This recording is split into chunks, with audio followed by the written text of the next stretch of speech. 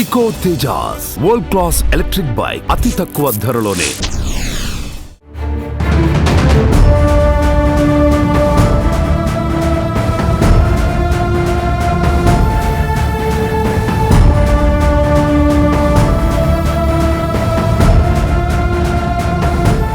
నార్సింగి పిఎస్లో నమోదైనటువంటి హర్ష సాయి పైన కేసులో సంచలన విషయాలు బయటకు వస్తున్నాయి. ఇప్పటికే ఎవరైతే ఓటీటీ బిగ్ బాస్ లో సెలబ్రిటీగా ఉన్నటువంటి ఫిర్యాదు మేరకు ఎఫ్ఐఆర్ గా నమోదు చేసినటువంటి పోలీసులు ఎఫ్ఐఆర్ లో సంచలన విషయాలని నమోదు చేయడం జరిగింది. గత కొంతకాలంగా పరిచయస్తుడుగా ఉన్నటువంటి హర్ష సాయి నమ్మించి తనను మోసం చేసినట్టుగా అమ్మాయి ఈ పిటిషన్ లో అదేవిధంగా ఎఫ్ఐఆర్ లో వాళ్ళు నమోదు చేసినటువంటి వివరాలను బట్టి తెలిసింది. దీని ప్రకారం హర్ష సాయి పైన అత్యాచారం కేసు నమోదైంది. సో సెక్షన్ 328, 376/2, 354, 376 ఎన్ సెక్షన్ల కింద కేసులు నమోదయ్యాయి ఎఫ్ఐఆర్. అంతేకాకుండా సాయంత్రం 4 నుంచి మంగళవారం సాయంత్రం 4 నుంచి 5 గంటల ప్రాంతంలో నార్సింగ్ పోలీస్ స్టేషన్కి చేరుకున్నటువంటి బాధితురాలు తమ గూడును వెలుబుచ్చుకోవడంతో పోలీసులు కేసు నమోదు చేసి ఎఫ్ఐఆర్ ఫైల్ చేశారు.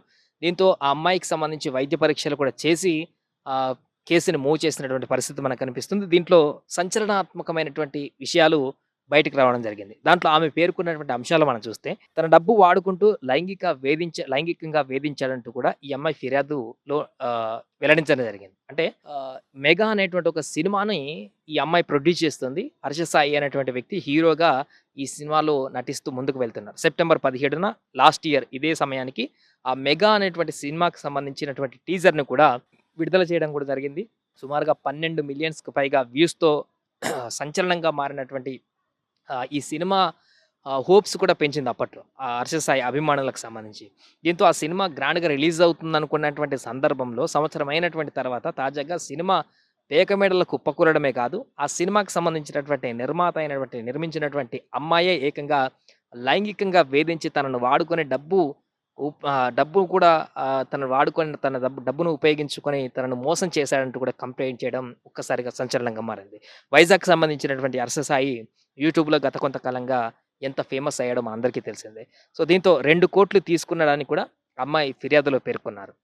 సినిమా సమయం నుంచి సంబంధించి లావాదేవీలో కానీ ఇతరత్ర అంశాలే కానీ ఏదైనా కానీ వారి మధ్య ఏర్పడినటువంటి బాండింగ్, సో దాని కారణంగా అమ్మాయిని నమ్మించి తన దగ్గర నుంచి 2 కోట్ల వరకు కూడా డబ్బులను వసూలు చేశారంటే. ఇంతకు ముందే బెట్టింగ్ యాప్కి సంబంధించి హర్ష సాయి పైన అనేక రకమైనటువంటి ఆరోపణలు ఉన్నటువంటి సంగతి మనకు తెలిసింది. బెట్టింగ్ యాప్స్ని ప్రమోట్ చేసి హర్ష సాయి విచ్చలవిడిగా డబ్బులను వెనకేసుకున్నాడంటూ గతంలో ఆరోపణలు వచ్చాయి. దానికి సంబంధించి చాలామంది డిబేట్లు కూడా చేయడం జరిగింది. ఇప్పుడు తాజాగా 2 కోట్లు ఈ అమ్మాయి దగ్గర నుంచి డిమాండ్ చేసి అమ్మాయి దగ్గర నుంచి తీసుకొని వాడుకొని వదిలేసుకున్నట్టుగా మోసం చేశాడంటూ కూడా బాధితురాలు పేర్కొంది. అంతేకాకుండా పాన్ ఇండియా రేంజ్లో ఈ మెగా సినిమా రిలీజ్ చేస్తూ టీజర్ని కూడా అప్పుడు హర్ష సాయి విడుదల చేయడం జరిగింది. గత ఏడాది ఇదే నెలలో కూడా దీన్ని చేయడం జరిగింది. శ్రీ పిక్చర్ బ్యానర్స్ పైన ఈ సినిమాను నిర్మించారు బాధితురాలు.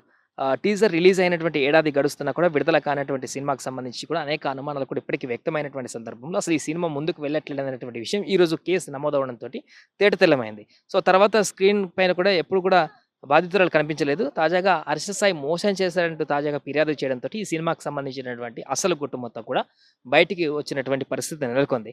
దీంతో ఐపీసీ 376, 354 ప్రకారం హర్ష సాయి పైన కేసు నమోదు చేసి పకడ్బందీగా ఆయన పైన ఎఫ్ఐఆర్ నమోదు చేసి పోలీసులు మూవ్ అవుతున్నటువంటి పరిస్థితి మనకు కనిపిస్తుంది. అయితే దీనికి సంబంధించినటువంటి చేసినట్లుగా బాధితురాలు పిటిషన్లో పేర్కొనడం జరిగింది. తనని న్యూడ్ ఫోటోలు. ఇంకొక ఆసక్తికరమైనటువంటి విషయం ఏంటంటే ఈ పిటిషన్లో తను పేర్కొన్నటువంటి బాధితురాలు అంశాలలో మెయిల్ చేసినట్లుగా ఈ బాధితురాలు హర్ష సాయి పైన ఆరోపించింది.